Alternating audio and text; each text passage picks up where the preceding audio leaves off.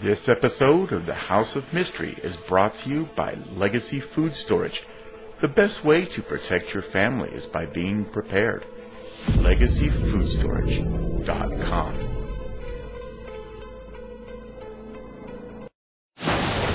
Fiction, science fiction, horror, fantasy, crime, LGBT, thriller. You have now entered the House of Mystery with your hosts, Eric Shapiro, David North Martino, John Copenhaver, and Al Warren. Heard on KCW 106.5 FM Los Angeles, 102.3 FM Riverside, and 105.0 AM Palm Springs. You are back in the House of Mystery, and we're back this week, and I know you're excited. I'm not, but we got, and yeah, see, that's the laugh of Mr. David Rose Martino. I'm back as Rose. Rose, well, it's soft. Rose. It's a soft beginning, right? Yes, Rose. that's right. You get vicious later in the week. No more serial killer name for the beginning of the year. Yeah, 3-name serial killers. Well, you will be a good serial killer. You got away with it this long. I know. No one's found anything. No one's found anything yet. Nothing. Boy, I'll tell you. Boy, all the celebrities dying this last little while. It's just crazy. I'm not going to turn on the TV anymore. I know. Yeah, it's insanity. Yeah, it's just kind of how it goes. Everyone's turn. Well, anyway, so let's get right to the guest here, because this is an important guest. He's from Seattle, just like me. So that's important. Mr. Glenn Eric Hamilton, thank you for being here. Hello, gentlemen. Hello. He doesn't know us yet. Gentlemen. Well, I figured David brought me in to balance the 3 names thing, right? Well, so, yeah. Because 3 names is right. Pretty keen there, I'll tell you, you know. And, Seattle hasn't had a good serial killer in a while, right? It's the Green River. It's been a long time, so it's time. Well, listen, Seattle, you're a trader. You moved away. How come? I did move away. In the mid-aughts, I'd grown up in Seattle. I'd lived in the area my whole life. Had owned a home and all that. And we had a couple of seismic changes happen. One was the corporation I was working for got sold to another corporation. And it became a very good time, financially and otherwise, to make a change. I wasn't sure if I wanted to work for the new overlords, and had been with the company for quite a while and was ready for a change anyway. And my wife and I met doing theater locally, and she was working as a professional actress. And we thought, well, what if we moved to California for a while and tried this out? It's a good time for that. And I think it just, in terms of a sea change, it just felt right. And so we upped and, loaded up the truck and moved to Beverly, or actually more over the hills from that. And as Bill Murray puts it in Ghostbusters 2, California's beautiful San Fernando Valley. And so we lived in Burbank for about 16 years, and really enjoyed it. We had a child there. And still have the child. We didn't leave her there. I was going to say. And I started a writing career, because everybody in LA is an actor. Being an actor down there didn't sound like any fun. And it was something I was just doing for fun. So I started writing for fun and discovered I really enjoyed the work of it. And so I went to the library. I had a chance to take a little time off work before getting another job. Went to the library every day. Wrote for a while, discovered, it's really hard to do, and I really enjoy it. So maybe I should learn how to do this. And so I started taking classes and seminars through UCLA Extension and the Writer's Studio there. Joined writing groups, took writing classes for a long time, and gradually refined my knowledge of how to write. And then was eventually had kind of a dream situation of getting published, but I don't have to go into that right now. But that's what led us to California. And then what brought us back really was both being ready for another change, with our daughter in middle school looking towards high school, and then all the changes with COVID. With COVID, I started reading the Seattle news a lot more closely than I had been, because of course Seattle was the first place in the U.S. that COVID really hit hard, right? It was the first place where we saw the refrigerated trucks for the bodies, and because I was writing about a Seattle-based character, it seemed I was feeling that draw towards my hometown a lot. And it took a while to come together, but middle of last year, we packed up a different truck, and moved back to Seattle, and we're now living in the heart of the city. Wow. Yeah. Well, there you go. Did you find it, but so you weren't like a writer to begin with, and you've been doing this all your life. It sort of happened when you had another career already, which I find that interesting, because I think that takes even more guts, because if you're writing right out of high school and then you start writing for papers and magazines in college, and then you get into doing some short stories and a book and all that, it's kind of a more natural transition. But you're already set in life, so to speak. You're kind of, working and living and house and the whole, you get in the family and doing all this. And all of a sudden you go, well, I want to write. I'm going to write. And it's not easy, so you have to take training and all that stuff. I mean, besides having a great wife who's going to sit home or pay while you out taking these courses and quit your job. I mean, I still have the day job, just to be clear. Yeah. Well, I was going to say, no, but isn't that kind of scary in a way? Isn't that kind of a jump? It really is. Although, I went at it with, I like to say my expectations, my aims may be high, but my expectations tend to be kind of low. I got into writing because I always enjoyed writing, and I thought, well, maybe someday I'll try to write a book. I'll try to write the books that I like reading, which are typically mysteries, adventures, thrillers, that sort of thing. That was what I grew up reading. That's what my parents read. That's what I read. And I always thought, well, maybe I'll try my hand at that someday. So when I started writing, it wasn't to say I wasn't with the goal right away of being a published author. The first goal was to figure out if I liked writing. And I did. So I thought, well, let me see if I can tell a story. Let me see if I can write a book. And once the book was written, I was like, well, maybe somebody wants to publish this, right? So there wasn't this 5-year plan to become a published author. It was more about, can I take that next step? Is it in there? And because I still had the day job, had the support of family, which helps immeasurably, as you mentioned, it was the sort of thing where I had a kind of a releasement from attachment about the outcomes, to put it in Zen Buddhist terminology, right? I wasn't thinking about the outcome. I was thinking about what I was doing.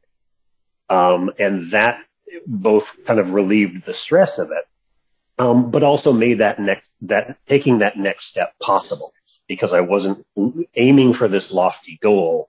I was just aiming for the next thing. And I think I still am. I'm not I don't think I'm aiming for necessarily a big career, although that would be great.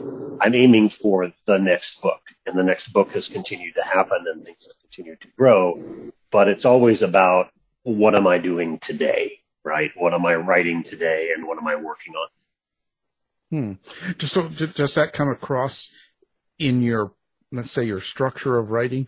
So when you sit down to do a book, and I see you've got, like, the newest book, I believe, is Island of Thieves. Now, this novel is a Man Shaw mystery, book 6. So you're writing a series here. Do you sit down and structure out this whole series? Do you know where your character's starting, your middle and end, and how it's going to end, and then you kind of fill in details, or do you outline, or do you just do it per day? I'm not what they call a pantser, right? A plotter versus pantser. Pantser being the joking seat of the pants, writing by the seat of the pants, right? Every day. I do tend to plot, or at least I have major milestones that I know I'm going to hit in that particular book. Usually it starts with, what do I want the character to undergo during this book, emotionally and otherwise?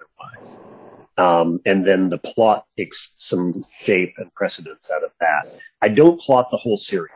I don't know necessarily what Van will discover or what he'll undergo in the next book. Often I'll get the idea for a particular hook into the story or something that sounds, that would be an interesting situation to have him in. How does that fall out? But I don't have a 10 book plan, 20 book plan for this. It's really about what's the natural evolution from what he just went through in the last book. And and the fun thing about a series character is you can't have them go through life-changing events in every book, right? Necessarily. If you're going to write a long series, you want readers to be able to pick up a book at any point in the series and have a good time and be introduced to these characters. So there's a certain amount of renewal that also has to come in every time you're writing a new book in the series. Right. But then with your character, Van Shaw, that you were saying, why do you care? Why do I care what happens to him? Yeah. Or why do I care enough to sit down and write another book? Well, that's kind of both in this question, because in the fact of here you are, and you've created a character called Van Shaw. Now, so this deals with your relationship with that character, because how you feel about Van Shaw is part of the reason why you probably decide to write another book or think about what the reaction of Van's would be to certain situations. So that's on your mind. So how do you describe a relationship with your main character and you? Yeah. There's two aspects to that. I really like my main character, obviously, and many of the books, most of the books have been written from the first person perspective. And so there's quite naturally a fair amount of me in him, even though some of it, of course, is wish fulfillment. He's younger, stronger, tougher, quicker with a witticism than I am. But our attitudes are often the same about things. And yet, of course, he's in extreme circumstances, and he's kind of an extreme person as well. And seeing how he'll deal with those things is a fun way of thinking about, how would I want the outcomes of these things to happen? It's a way of pursuing justice too. The real world is very frustrating when it comes to justice. In fiction, we can have an outlet for that, right? We can see injustice in the world, and even though might be having trouble fighting that in the real world, we can fight it on the page, right? We can fight the good fight, hopefully have an outcome that is pleasing to us, or at least is honest. And, when you talk about what brings me back to the series, some of it is seeing injustice around the world or in my local community and thinking, gosh, wouldn't it be nice, right, if we could do something about that directly and make a good story out of it as well. Well, earlier you mentioned theater. So you've done some acting. Do you think that helped you in creating characters and the novels themselves, the story? It definitely helps. I think what helps most is one of my degrees was in theater, and so there was a lot of study of plays there and study of dialogue, and that is extremely useful when crafting dialogue that hopefully doesn't sound like recitation.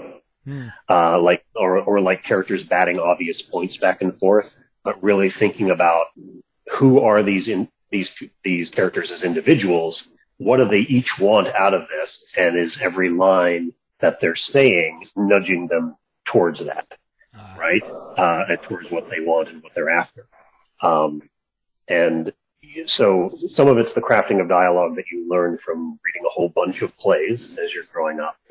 Some of it's just standing up and reading the words out loud, which is part of my writing process. Is I will print out the pages I will read them out loud, and that's a great method for understanding whether or not, number one, if the pace is right, because it feels slow as I'm reading it, it's probably slow as to the reader. But also whether the dialogue, the voices sound different, and whether it crackles a bit. You don't do that when you're just walking down the road. Oh, absolutely. It's a great way to keep people from asking me for fare change. And, no, it's really funny in this day and age. Having people wander down the street muttering to themselves. Now that we're all on earbuds and headsets, it's not that unusual anymore, right? hardly gets a notice. Now, if you're describing a particularly violent scene, that might get the kind of attention you don't want. Yeah, you might end up in a jail where you don't want to be. Well, maybe exactly. You do, right? I mean, it's with good. A whole bunch of people talking to themselves, right? Yeah, pair them up, and they're all looking good.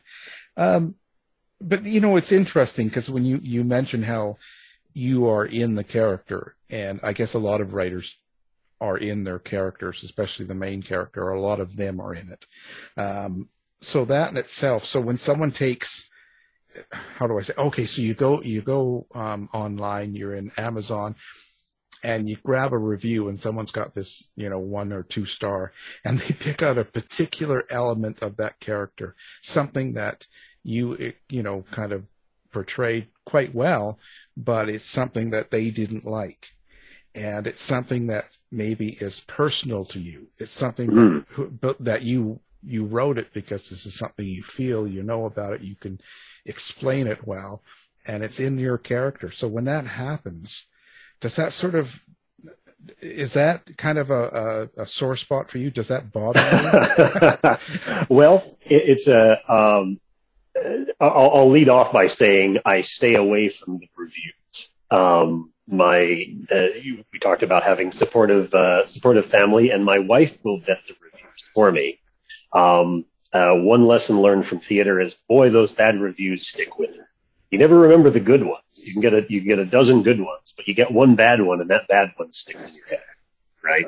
Yeah. So I tend to avoid reading reviews that are not from, like, say, Kirkus or Book Reporter or a Library Journal and so forth, if they're not from one of the majors.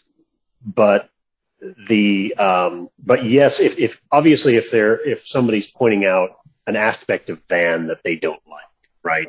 They call him a social justice warrior, or because he's from liberal Seattle, or they don't like the fact that they're swearing in the book. You'll get that as well.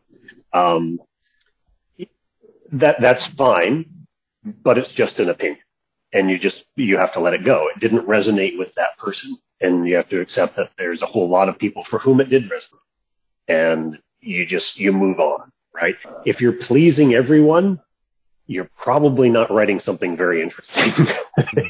So, Jeez, I've been doing there's great. always that. I'm doing wonderful. I've got a lot of people unpleased. Excellent. You're writing some truth. Yeah. Oh, yeah. That's usually what does it, right? It's interesting. So, is there anything that you want people to get out of this book? And just like any of the other books you do, besides the story, is there some sort of subtext, or is there some sort of a meaning that at the end of the book, when they put it down, that you hope that they understood? I don't generally write with meaning in mind. Sometimes there's a theme to the book, or an overarching sentiment to the book. But I usually don't know what that is until I've written the book. And then I'll read it. I'll read that first draft or the second draft, and I'll go, oh, okay, this is what I'm writing about. And then I'll go back in and look for ways to shore that up along the way. With Island of Thieves, Van is hired. Van's from a very blue-collar background. He was, he was in the Army as a sergeant for many years in the Army Rangers. Came from kind of hard scrabble life, was raised, somewhat outside the law. And he has a very combative relationship to people with money, whether they deserve it or not. He's very class conscious. And one of the aspects of the book that I try to underline as we're learning about these characters is, with money, without money, whatever, people come in all different types. There are people who use their wealth and power very effectively for good reasons, for the good of all. There are people who use wealth and power solely for their own benefit or to shore up what they believe, whether that's in the best interest of those around them or not, right?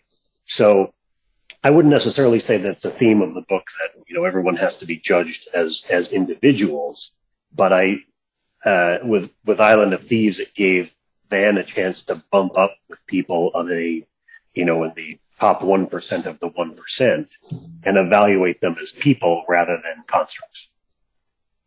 Well, I noticed on your website that, you go out and you do a little bit of field research. How much that factors into creating your characters? As much as I can. I mean, the last couple of years it's been pretty limited, obviously, because of travel and COVID has made location scouting pretty hard. Now that we can travel a little more, it's a little better. But I do enjoy research a lot. I will tend to write the book first, or at least get the general idea of what it is I'm trying to achieve in a plot before I delve deep into the research. Island of Thieves, for example, edges on a particular aspect of chemical engineering and chemical innovation, which is a corporate innovation and secret that has a central thing in the plot. And I wanted this to be a real thing. I wanted this to be something that could actually exist today, that could be developed and subsequently stolen, if it were created. And so I started, and I had an idea for what I wanted it to be, but I didn't delve deep into the research until I had written out what the story was, because then I know how I needed that particular aspect, that particular innovation to work, right?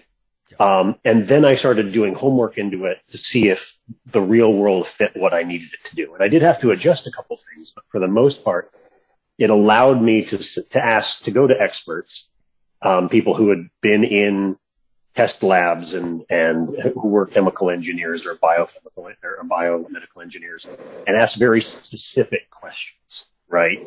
Like, how do you test this? What does this look like, right? What machine does this? So, and what that does is it allows me to describe it for the reader without drowning them in detail, right? It's just like, oh, this chemical innovation allows this to happen, and this is worth a massive amount of money because of this. Great. That's all we need to know, right? Yeah. You don't want to get too bogged down in complications. Otherwise, it draws the person away from the story. I mean, I think, it's probably true. Now, when you look back at past crimes in 2015, did you ever go back and reread that book and kind of go, I did this, eh? I did that. And kind of go, because for me, I cringe at my first books because I think I've become a better writer, and I've learned from those first books. Each one that comes along, I feel like it's a little better put together. And so when I go back, sometimes I go, oh, geez, I wish I could redo this. Do you ever kind of get that urge, that feeling? Yeah, it's funny. I've been thinking about rereading some of the older books, not just to look at the writing, but also because we've gotten to the point in the series where I need to start creating a character Bible, right. So I can remember exactly what the characters, he met were, what they drove, all of that sort of thing, where there's enough side characters now or one-off characters, or even recurring characters that I need to remember aspects of them without having to go back and hunt for those when I need them. So I've been thinking about rereading that, but I haven't done a lot of it yet for a couple of reasons. One is, I might wince at the things I'd rather change, as you mentioned. The other is even worse, which is what if it's really, really good and I don't feel I'm writing at that level anymore. But fortunately, I don't think that's a problem because I think I have improved with every book. I've certainly tried new tricks, as they were. Island of Thieves, for example, is the first one that is in third person. That's not solely from Van's point of view. Many of the books have interstitial chapters which show Van at a younger age. Past Crimes delves deeply into that, but also Hard Cold Winter, Every Day Above Ground. Those books also have interstitial chapters, and they might focus on just like one particular summer in young Van's life, or they might pop in at different points. And what those interstitial chapters do is they provide information for the current story that's going on, but they also reinforce some of the themes and emotional points that I'm trying to make in the book as well. So with every book, the new one being third person, that allows me to break away from Van's point of view to somebody else's, set up dangers that are coming at him that he doesn't know about, engendering suspense for the reader, all of those things that you can do in a thriller that you might not do in a mystery. And so by challenging myself like this, it's nerve-wracking, it's walking the tightrope, but I also think it's getting better and better as a writer and more engaging. Yeah, it's certainly a different approach. Like it's harder to do it this way. How do you decide what point of view you're going to give on that third person? Yes. How do I decide which character? Yeah, which character is going to give that? Yeah, usually it's the central character that's making a decision in that moment, right? And sometimes that's the antagonist, where you want to know what the villain is thinking and why, and show how smart they are and how dangerous they are, and what they're planning to do that will prove a danger for the good guys going forward. Sometimes it's just a side character, and those can be either just somebody on the outskirts who's just seeing the chaos happening, or it's a bit of comic relief to a certain extent, right? Where you'll get just one side character point of view. Without spoilers, there's one character in Island of Thieves that is just a side character. He's a sort of a henchman type. He's a member of a team that is after our hero. But he has a particular skill as a helicopter pilot. And so we have one very short chapter from his point of view as he's piloting the helicopter that is central to the big climactic scene. And I think that's kind of fun for the viewer or the reader, because as we're watching the chapters roll on, we've got into a rhythm of, okay, it's Van, it's the villain, it's this side character, and so forth. And we've got somebody brand new with his own stresses, who's trying to deal with a bad situation and is going from bad to worse very quickly. And I think that can be very exciting. So it's you want to focus on the characters for whom something dramatic is happening, but also who are making key decisions about what's going to drive the story forward. So Dr. Evil. Yes, absolutely. Yeah. Yeah. And then you have a little one from the point of view of Mini-Me, right? Yeah. Frau Farbissina. Yeah. You get this stuff. Wouldn't it be fun to hear the thoughts in Frau Farbissina's head as she's in one of Dr. Evil's meetings? Yeah. That'd be great. Yeah. A lot of a lot of vagina. Yes, exactly. There we go. Oh, I'm in trouble. Anyway, wow. So do you ever see yourself getting away from this type of writing, like the thriller sort of mystery? I'm not sure. I really, the books that I still love to read, and the ones that I grew up reading are usually the ones where people are undergoing harrowing circumstances. They're generally fiction, sometimes real life survival or things like that. But often it's characters that are, having dramatic and sometimes terrible things happen to them. So I really love thrillers. Right now I'm working on, I'm deep into writing standalone thriller. Again, third person, multiple viewpoint, but it's the same sort of idea. It's the idea of, only in this case, it's ordinary people in terrible circumstances for the most part. Whereas you wouldn't call Van an ordinary cat by any means. But I like the idea of, boy, what's the toughest days in people's lives, and how will they come through it? That's always a fascinating question. Breaking a nail. Yes, exactly. Yeah, if you're a member of the ultra wealthy, maybe breaking a nail is it. Although I kind of like the idea of, the idea that breaking a nail is at the exact wrong point, right? What if it's the straw? What if it's the nail that broke the camel's back in sense, right? The last thing they can handle at that moment. Well, all things being equal, do you prefer to write a standalone novel, or do you prefer to write a series? Series has some advantages, which is that once your world is established, especially since it's in the contemporary world, you can simply revisit that, right? And after, with half a dozen Van books to date, I've gotten very skilled at reintroducing characters and Van himself for newer readers without having to spend a lot of time, right? And we can jump right into the story, and that's great. With the standalone, of course, I've got to introduce these characters for the very first time, which is a little different, and make sure that their viewpoints are distinct and different as well.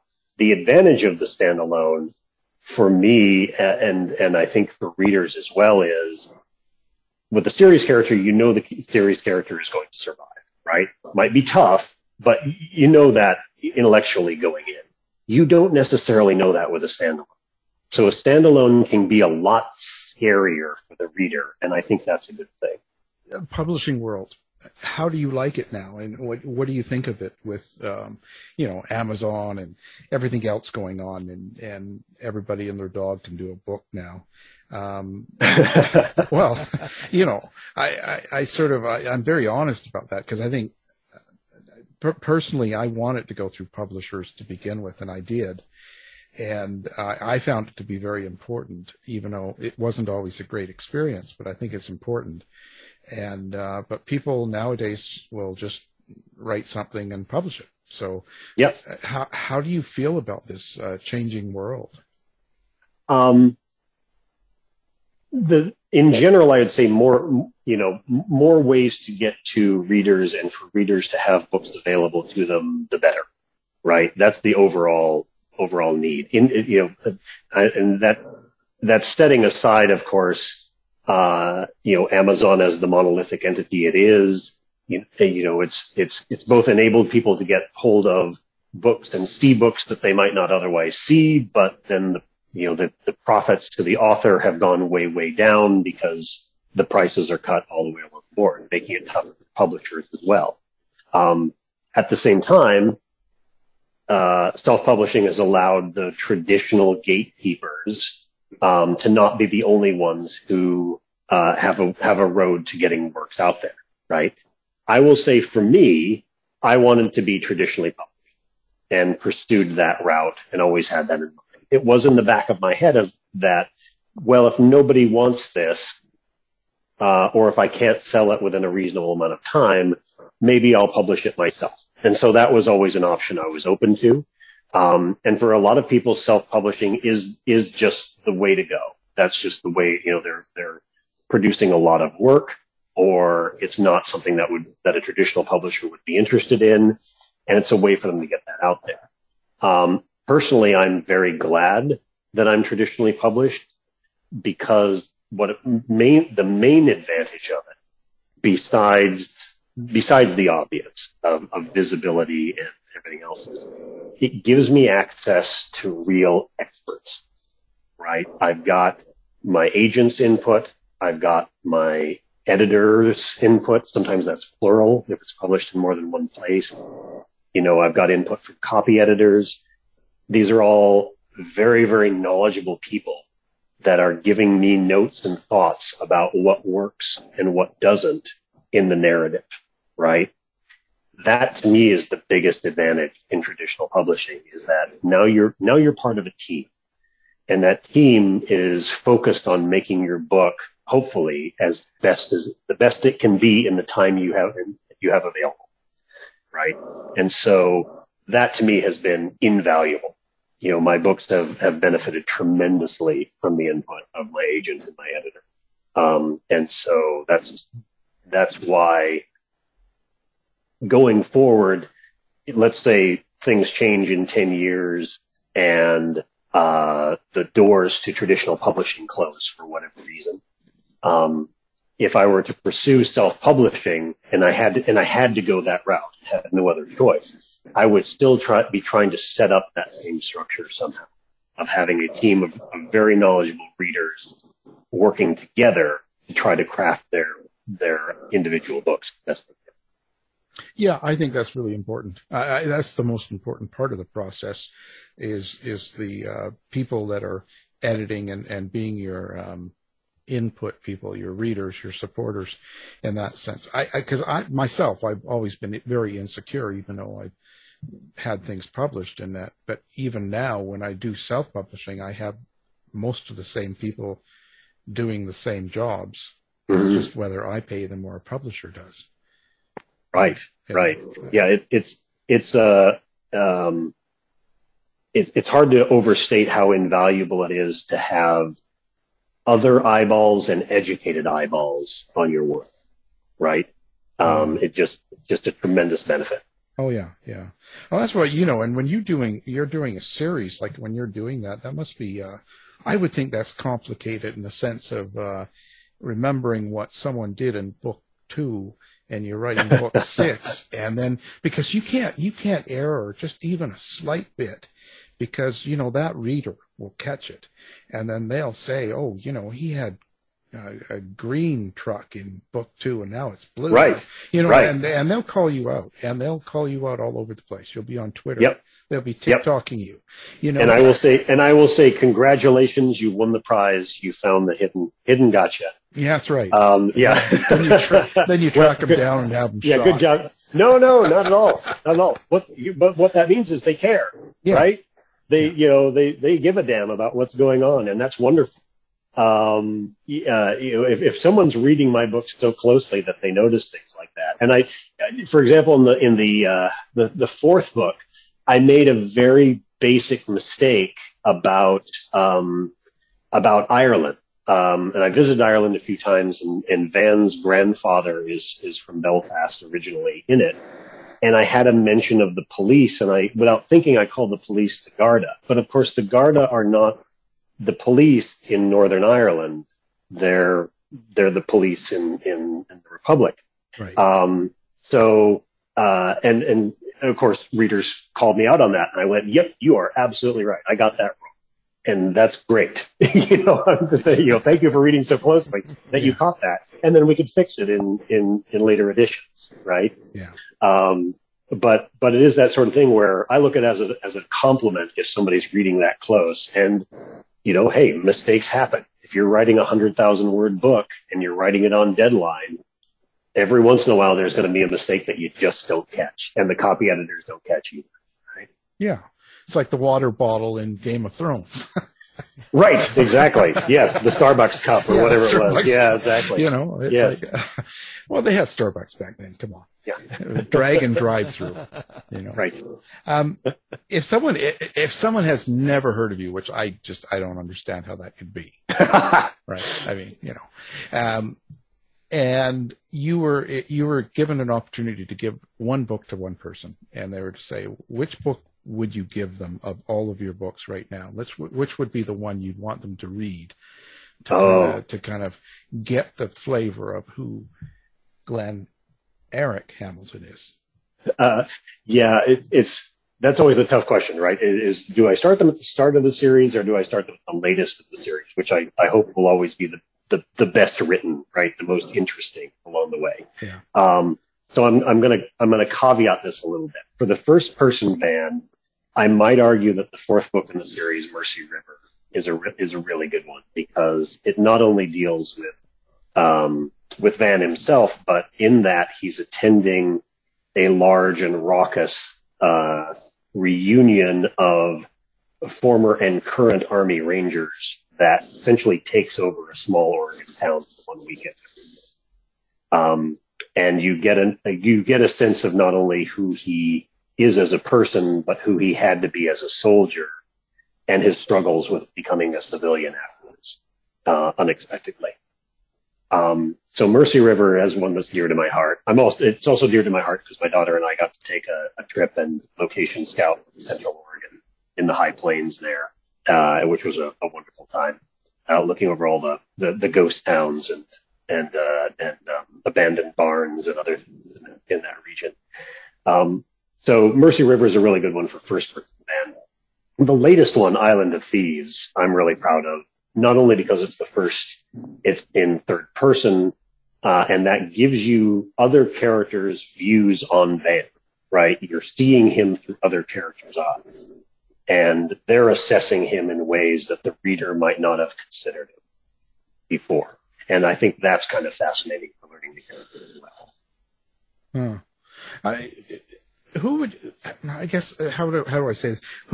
Who is Van? Sorry, I was going to say Van Diesel. Who is Vin Diesel? Yeah, who is Van Shaw? Like, how would you describe that character? Van is a guy I often describe him as he's an expert at survival and a rookie at living. He was raised by his grandfather, who was a career criminal, a burglar and a thief and an armed robber in his young and wilder days. So he was raised with a very skewed moral compass. But there was always a part of him that didn't feel right with that life. And he and his grandfather had a falling out when Van was just newly out of high school.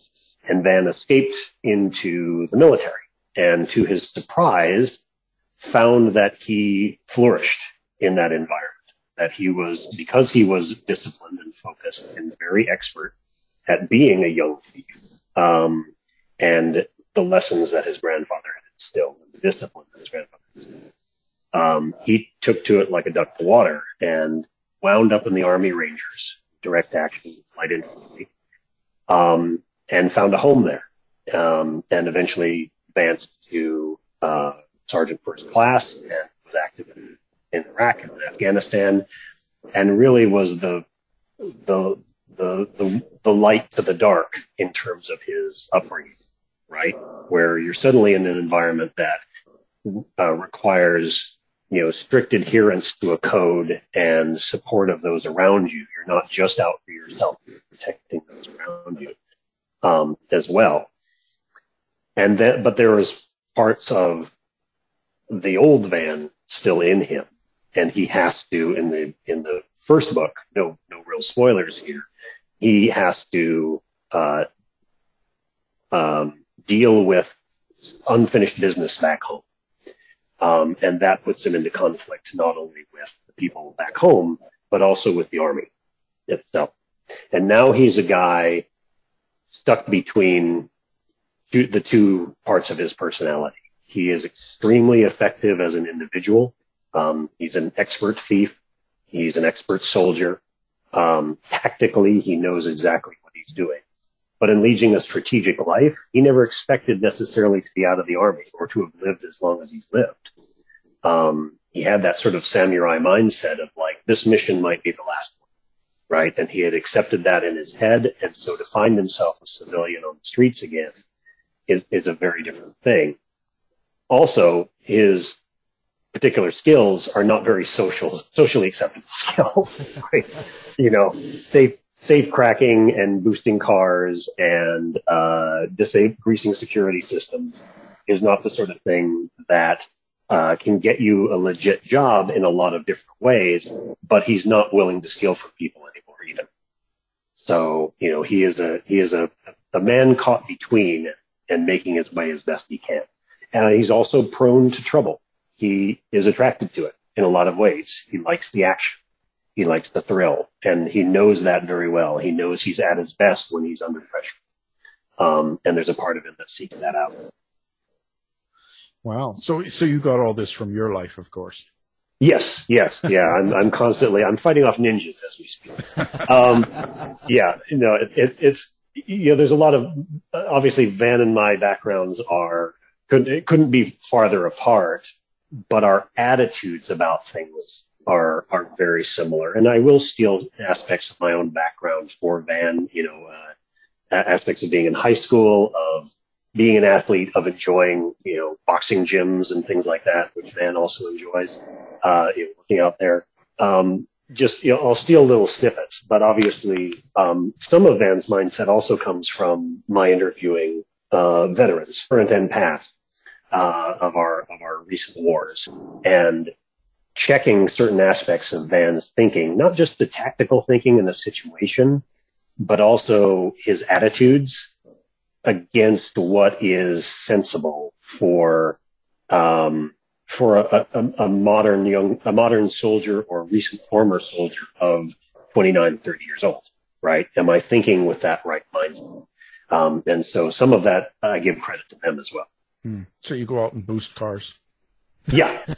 Well, that I would do anyway, even if I wasn't writing about it. I mean, come on, it's just fun. What point would there? Hey, actually, I have to say, researching ways to do things like that is a big part of the fun of the job. To a certain extent, it's like, yeah, there are a few things. I wouldn't say I have the skill to boost a modern car with its security systems or anything like that, but there are certain things that just like that could come in handy. Yeah. That's but I wonder, because when you talk attitudes, you're talking about his military and background and things. In today's world, do you have to be careful on how you phrase things? And I mean that more of a political way, because there's so much BS all over the place right now, Yeah. And it really kind of defines people nowadays when it shouldn't. All of a sudden you say or do the wrong thing in your book, and it's like, oh, he's just another libtard, or he's just this or that, or he might, right, or know, or if your guy's too redneck, let's say, or something. But do you have to be careful on how they interact and what words you use, descriptions? Well, sometimes, it's funny when I've talked with soldiers and Marines and others who are current, they'll certainly have personal political views about things, but ultimately, when it comes to war, it's about supporting the men and women who are with them, right? It's about looking out for the one standing shoulder to shoulder to you, watching somebody else's sins. It's about looking after your brothers and sisters in arms and trying to make a difference, if you can, for the people whom you are protecting militarily. So I always start from that. As I said, there's people that will assume that because Van is from Seattle, because he has worked part-time as a bouncer in a bar that's open to, that's a very inclusive bar in terms of the LGBTQ and the queer community, and he's in Capitol Hill, which is the heart of that in Seattle, that people will assume that, we'll call him a social justice warrior, so forth, right, and assume that he's extremely liberal. But he was also a professional soldier for 10 years. And so he can sometimes be very hawkish about things like violence when he feels that is necessary. And those aren't, I think those are things that are true to the character. They're not necessarily political in his bent. Van has, and I have too, a fair distrust of people in power, regardless of what their political viewpoints are, right? The fact that they've sought out power tends to tends to have him question their motives, right? About whether or not they're really standing up for the little guy or whether they're out for themselves. And I think that if anything, that sort of cynicism or pragmatism about politics comes into play for him as much as me, right? You're always wondering, okay, prove that prove that you're not just out for yourself, and then we'll start considering whether or not we should get your vote, right? Yeah. It's always tough, but hey, here we are. Yep. Now, so you like interacting with your readers, or somewhat, or? Oh yeah, very much. I'll get a few emails each week from fans and readers, and some folks reach out on Twitter or Facebook or whatnot. But yeah, I enjoy interacting with readers quite a bit. I especially enjoy going to, hopefully those are becoming a thing again, mystery conventions. I'll go to Left Coast Crime here, as the name describes. That's here on the western states, primarily west of the Mississippi and west of the Rockies, depending upon how they define it that particular year. But so Left Coast Crime is a common one for me to be at. I'm a Thriller Fest baby. Thriller Fest is a convention for thriller writers. It's in New York. It's where I found my agent back in 2013. And so, I'm a big fan of Thriller Fest and try to get to New York whenever we can. Hopefully that will be in person again this year. And BoucherCon, which is the biggest mystery convention in the U.S. and perhaps the world. That's an annual gathering, which this year will be in Minneapolis, I think I'm remembering correctly. And so I try to get to mystery conventions, not only because they're a lot of fun personally, but also because it's a chance where you get to talk to a lot of fans and a lot of potential new readers, and talk just about the stuff we all love. We talk about writing, we talk about other authors we love, all of that sort of stuff. And those are the best times. It's been really tough the last 2 years with COVID, and having so many of these conventions be either canceled outright or virtual only, where you might listen to a panel, but it's a lot like going to a meeting, right? You're not interacting quite as much as you would. So now that we're coming out of this, we hope, once we get past Omicron and we can get to these conventions again, I'm really looking forward to that interaction, because that's a recharging of the battery so many of us have not had in so long, that I think we're all just craving it. Well, yeah, good luck. Hopefully it does. I'm not holding my breath, right? Not being negative, but gee, So, what's your website so people can come find you? Yeah, it is my name, Glenn Eric Hamilton, Glenn with one N, Eric with a K, .com. That's usually an easy way to tell what's going on. I'll try to keep posts about events and upcoming things there when there are events, and whether there's a book launch or something like that going on. Twitter is also an easy way to get a hold of me, at Glenn Eric H. And I have a Facebook page as well. So, if folks are readers of my works or others and want to talk mysteries, reach on out. Yeah. Oh, okay. We'll have that up on our website, and people can find you that way if they don't remember. I don't know how they wouldn't have it anyway, already saved, but it's just in case. So really appreciate it. Who's your favorite writer? Oh, that's a loaded question. My favorite writer. Okay, I'm going to go back a little ways. Part of the genesis of Van was the books of John D. McDonnell and the Travis McGee series. And McGee is John D. McDonnell wrote 21 books in the series. McGee is what he calls a salvage consultant, which is recovering things for people.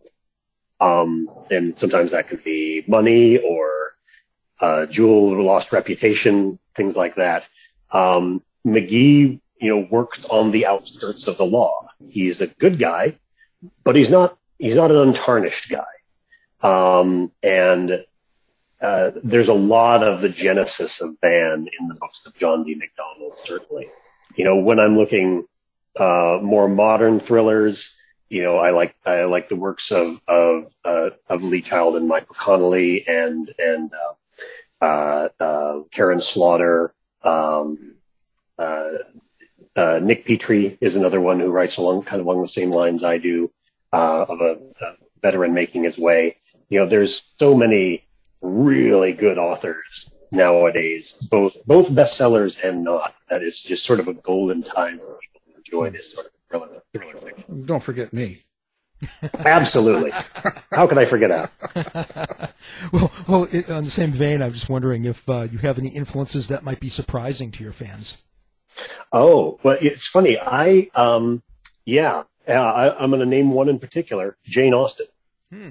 And it's funny to say that because I'm not only I'm a fan of her writing, and I also enjoy films and stuff made out of her stuff. But one of the things that's always interesting about Austen is her use of dialogue and language for people implying things that they can't say outright. And it's a lovely aspect of her writing. You know, so when I'm going back, when I'm reading the classics, there's a part of me that always enjoys, you know, watching how she gets characters to imply things that they wouldn't necessarily state in their circumstances. Interesting. Well, there you have it. Yeah. And me. Yeah. Well, it's been an interesting conversation, and we thank you for being here. Absolutely. Lovely to talk to you guys. Our guest, Glenn Eric Hamilton, and thank you for being here. Yeah. Thank you. Thanks, Glenn. Tired of wasting time trying to decide what to watch on your streaming service? Go to our website and look for the Martino Movie Reviews. To find out more about our show, guests, or to listen to past shows from our archive, please go to www.houseofmysteryradio.com. Show's over for now. Was it as good for you as it was for me? Well, good night. This has been a production of Something Weird Media. I'll be back.